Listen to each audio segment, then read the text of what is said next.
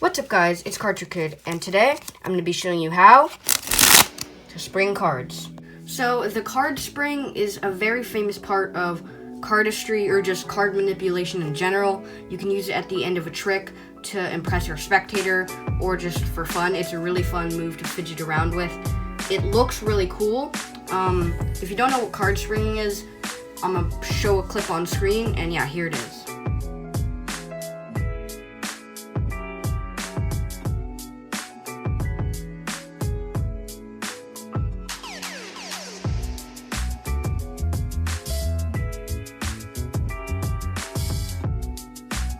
So really quickly before we start this spring tutorial and general tips and tricks, according to YouTube, 67% of you guys watching are not subscribed to the channel. So if you enjoy my content and want to see more of it, make sure to hit that subscribe button, and maybe we can get to 400 subscribers by the end of the year, maybe even the end of the summer, if you guys really like my content. So yeah, let's get into the tutorial. So just a few things to know before learning how to spring cards. I recommend having cards with an air cushion finish, like these Bob Ross cards.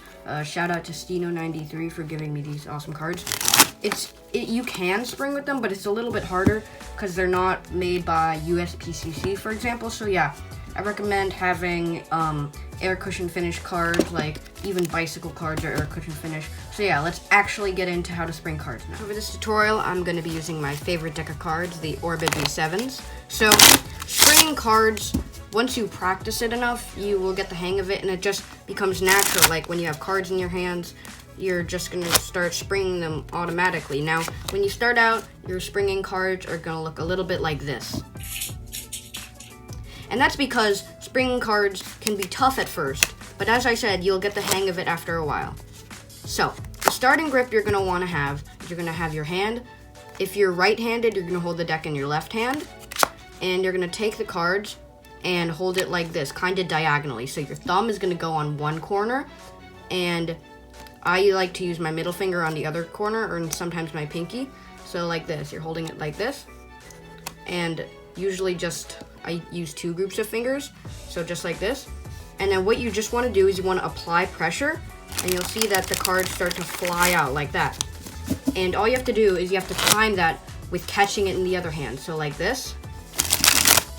That's basically how you spring cards. Now let's get into it a little more in depth. So again, you're going to have this grip, and just applying pressure like this is just going to make them fall. But you're really going to want to, if you haven't sprung cards before, this is going to feel a little weird, but you're going to have to practice applying pressure and letting those cards go. So for example, if I'm new, it'll look a little like this, which is fine. We all gotta start somewhere, but essentially, you're just applying pressure and letting the cards spring out. That's why it's called the spring. So this is how the timing would work with catching it. So it's good when you're starting to spring. It's good to start out with just not a whole deck, just a couple of cards. So I have like a third of the deck here. And the way I would time it is I just have my hand open so I can catch the cards. So remember, we have it in this grip with the thumb on the bottom and the middle and ring finger and pinky and ring finger at the top. And then you don't release. You remember, you have to apply pressure so that the cards spring out, and you just catch it into your hand. That might happen a bunch when you're starting out, but if you have to catch it. You have to make your hand as big as you can so you can catch it. And like that is it's harder to do for me with, oh my god, what am I doing?